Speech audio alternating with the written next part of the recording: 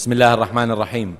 بەسەندکردنی یاسای قەرز لە پەرلەمانی عێراق و پەیوەستکردنی ناردنی پارە بۆ ئەرێم با ڕادەستکردنی نەوت کاردانەوەی بەرفراوانی لێکەوتەوە.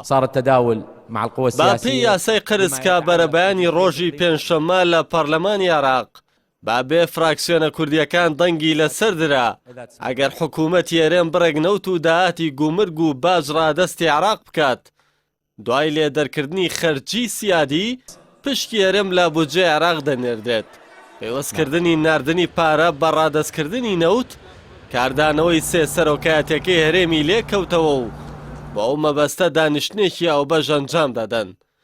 سەرۆکایەتی هەرێمی کوردستان لە ڕاگەیەندراوێکدا دەڵێت یاساکە بە زۆرینە و بەبێ ڕەچاوکردنی پرەنسیپەکانی ئاوبەشی و سازان و هاوسەنگی تێپەڕێنرا هەوڵەکانیان دەخەنەگەر بۆ پارێزگاری لە ماف و شایستەکانی خەڵکی کوردستان. لە ڕوونکردنەوەیەکیشدا حکوومەتی هەرێم لەبارەی پەسەندکردنی یاسای قەرزەوە ڕایگەیاند چەندین جار نیازپاکی خۆیان نیشانداوە و سەردانی بەغدایان کردووە هەمیشەش پابەندیە دەستوریەکانیان لە بەرامبەر دابینکردنی ماف و شایستە دەستوریەکانی خەڵکی کوردستان جێبەجێ کردووە.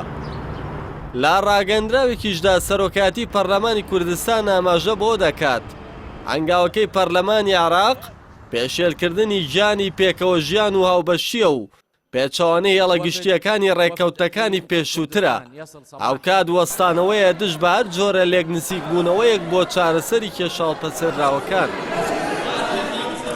پەسەندکردنی یاسای قەرز لە پەرلەمانی عێراق و پەیوەستکردنی ناردنی پارە بەنەوتەوە ئەندامانی پەرلەمانی کوردستانیشی هێنایە سەرخەت.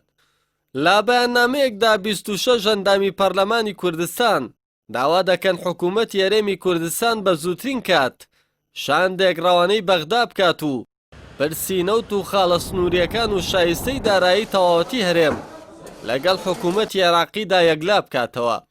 هەروەها و 26 پەرلەمانتارە داواش دەکەن پەرلەمانی کوردستان دانیشتنێکی بەپەلە بە بەشداری وەزیرانی پەیوەندیداری هەرێم ئەنجام بدات.